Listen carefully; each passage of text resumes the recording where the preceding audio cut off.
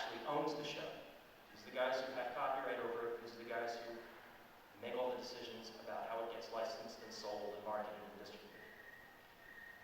Then there's the licensee. This is the company that wants to acquire. Sometimes you only see it at the bottom of the packaging, a little tiny type. Copyright such and such production committee. What does that mean? That's just basically the collective name for all of the people who have a copyright interest and a controlling interest in a particular show. If you go back and you dig out some of the packaging that you have at home for some of your shows, you'll sometimes see that, again, little tiny letters. So whenever we talk about production committee, we're basically talking about these are the guys who own the show and are most directly responsible for creating it in the first place. Promote the show. This would also be bonus material that goes with the show, like commentary tracks or behind-the-scenes interview segments or the fun stuff they have. They take a video camera into the production facility and run around and have everybody wave and say hi. Those are all elements or materials. So whenever we talk about those things, that's what we're referring to. And then finally, there's the catch-all word rights. And rights just basically means the privileges that the licensor gets in the contract that they sign, which can include broadcasting, streaming, merchandising, remakes, or spin-offs. Basically, it's a breakdown of what they can and can't do in very precise terms with the property. Most of the time, the rights will consist of, okay, we have the right to distribute this on DVD, but then we also get additional rights for distributing a copy of the soundtrack or creating a video game spin-off based on the material. That stuff, again, all has to be licensed separately. They have to get rights to it separately. We'll go into that in detail. One of the very sad truths that I have uncovered and learned during this whole research process is that licensing is a privilege and not a right. No company out there is obliged to license anything that they have in their catalog. It's entirely up to them. And I've heard endless sad stories about people who went and tried to broker a deal with a company to get a particular title, only to find out that they were asking for too much money or whatever. And there would be this indignation from fans. It's like, why won't they do it? Why are they being so stuck up about it? And for a long time, all I could do was shrug and say, well, it's theirs. They don't have to give it to anybody. They don't have to sell it. It'd be great if they did. People would make money.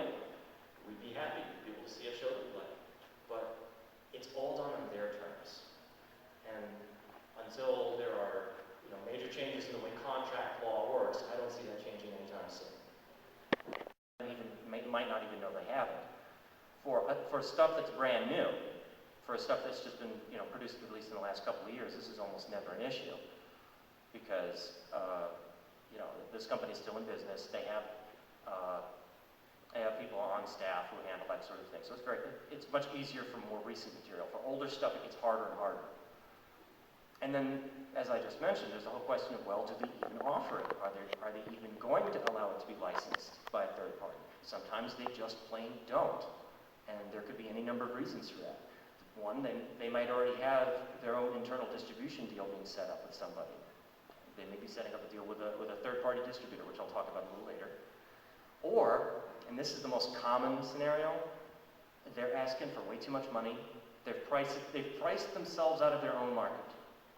The classic example of this, and this is something many of you may already know about, Legend of the Galactic Heroes. Terrific series, and various licensors have been trying to get it, licensees, pardon me, have been trying to get it over and over again, and the company that owns it has just been asking for way too much money, more than anyone else can shell out, especially for something that they don't really feel is going to make major bucks when they put it on shelves. And that's also something I've noticed a lot of anime fans may have, is they may not understand just how big or small the market really is and what is or isn't justifiable in terms of cost. So again, the bar may be set way too high for somebody to come along and license it in the first place. There may be other contractual stipulations about the availability, like it may be only available in specific ways. Like you may only be able to get the DVD version of it. You may not be able to get rights to broadcast it on TV or on streaming. I've been told that there is at least one major anime distributor, possibly two, I wasn't able to get names out of anybody, that will not allow their material to be streamed outside of Japan, period. I think that's a huge mistake. I think that's basically asking for trouble, but that's their own rule. They've set that rule, they've made that bed, they're going to have to sleep in it. But that's one example of the kind of things you run up against. You may ask for that and they just say, well, we don't offer that outside of Japan. End of story. And then there's the old story of the license rescue. For those not familiar with this term, this is when you have a company that licenses a title for distribution, and the company then goes out of business. Central Park Media, a perfect example. And what happens to all of the licenses that they had? Well, a lot of times they expire, all of the rights revert back to the original license holder. And then you have to go back to the original license holder and renegotiate everything from scratch. Those licenses are not necessarily going to be transferable to somebody else.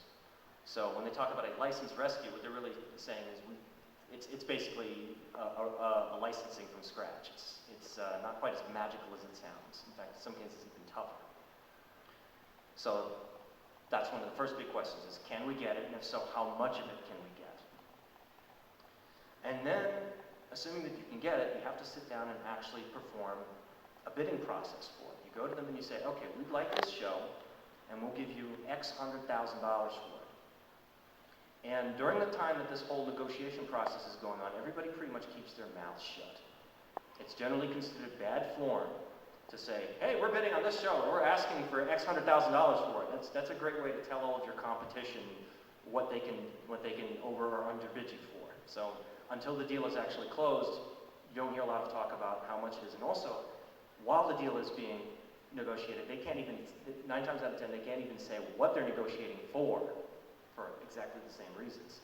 That's why when fans line up at the microphone at a panel for a particular company, and they say, do you have show X? Do you have show Y? They always shake their heads and say, we can't tell you. And there's a reason they can't tell you. It's because they may be negotiating for it, and they can't talk about that stuff until all the ink is dry. And during the negotiation process, they may also try to get other types of rights. I mentioned, there may be bonus materials that they want to get. They may want to get all those wonderful extras that you get packed in the box of it. They may want to get the soundtrack licensed separately, although today that's kind of a dead business, unfortunately. Maybe coming back with downloads, but after the last couple of years, it's very difficult to justify that kind of thing anymore because of the costs involved. The amount of money required to license some of the music for particular shows alone is kind of crazy. And some of these negotiations may take place through a third party.